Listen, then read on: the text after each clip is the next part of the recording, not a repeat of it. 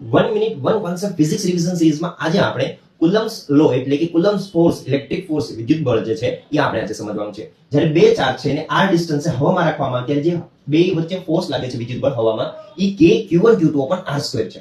આ જે ફોર્સ લાગે છે ને એ આકર્ષીય અને અપાકર્ષી બે ટાઈપના હોય છે. એ બેની જોઈનિંગ લાઈન એટલે કે જોડતી રેખા ઉપર જ લાગે છે.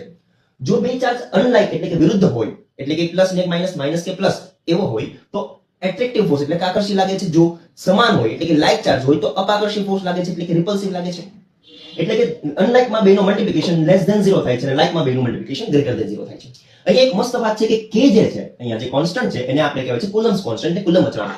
k ની જે વેલ્યુ છે 1/4 પાઈ આ માધ્યમની પરમિટિવિટી એટલે કે કોઈ પણ મીડિયમ હોય એની પરમિટિવિટી આવે છે. હવે અહીંયા શૂન્યાવકાશની વાત કરીએ છીએ તો અહીંયા શૂન્યાવકાશ એટલે વેક્યુમની પરમિટિવિટી લેવાની આવશે કે જેની વેલ્યુ 8.85 × 10⁻⁻12 છે. આ વેલ્યુ અહીંયા પુટ કરીને રાખીએ તો k ની જે વેલ્યુ છે 9 × 10⁹, પણ ધ્યાન રાખજો શૂન્યાવકાશમાં આ વેલ્યુ છે 9 × 10⁹. એનો જો k નો યુનિટ બનાવવો હોય તો સિમ્પલ છે. આનો યુનિટ આવે છે ન્યૂટન.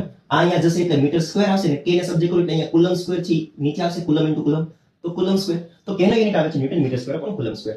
પરમિટિવિટી નો યુનિટ છે k ના યુનિટ કરતા ઉલટો એટલે કે coulomb square upon newton metre square આવે છે. આ થઈ શૂન્યાવકાશમાં વાત કે જ્યારે બે ચાર્જ વચ્ચે શૂન્યાવકાશ એટલે વેક્યુમ હોય કે હવા હોય. હવે જ્યારે બે ચાર્જ વચ્ચે મીડિયમ આવેલું છે કોઈ માધ્યમ છે કે જેની પાસે અલગ પરમિટિવિટી છે જેનો ડાઇલેક્ટ્રિક કોન્સ્ટન્ટ કંઈક ને કંઈક k છે. ડાઇલેક્ટ્રિક કોન્સ્ટન્ટ એ મીડિયમનો એક પ્રોપર્ટી છે.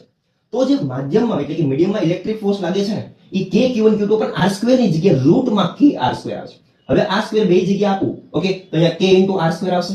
તો k q1 q2 upon r², k q1 q2 upon r² છે એ હવામાં લાગતું ફોર્સ થઈ જાય ને બાય k આવે છે. તો તમને ખ્યાલ આવ્યો કે માધ્યમમાં ફોર્સ થી હવામાં જે ફોર્સ લાગે છે એને ડિવાઈડ બાય k આવે છે. એટલે કે હવાના ફોર્સ કરતા મીડિયમમાં જે ફોર્સ લાગે છે ઓછું હોય છે.